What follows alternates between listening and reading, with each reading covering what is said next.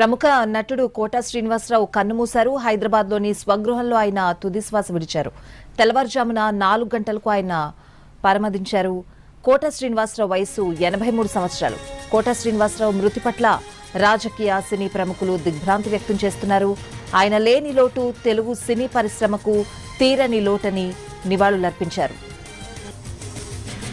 Telugu cinema తెరపై విలక్షణ నటుడిగా కోట శ్రీనివాసరావు పేరు తెచ్చుకున్నారు. కమెడియన్ గా, విలన్ గా తనదైన శైలిలో నటించి విమర్శకుల ప్రశంసలందుకున్న కోట తెలుగు సినీ రంగంపై తనదైన ముద్ర వేశారు.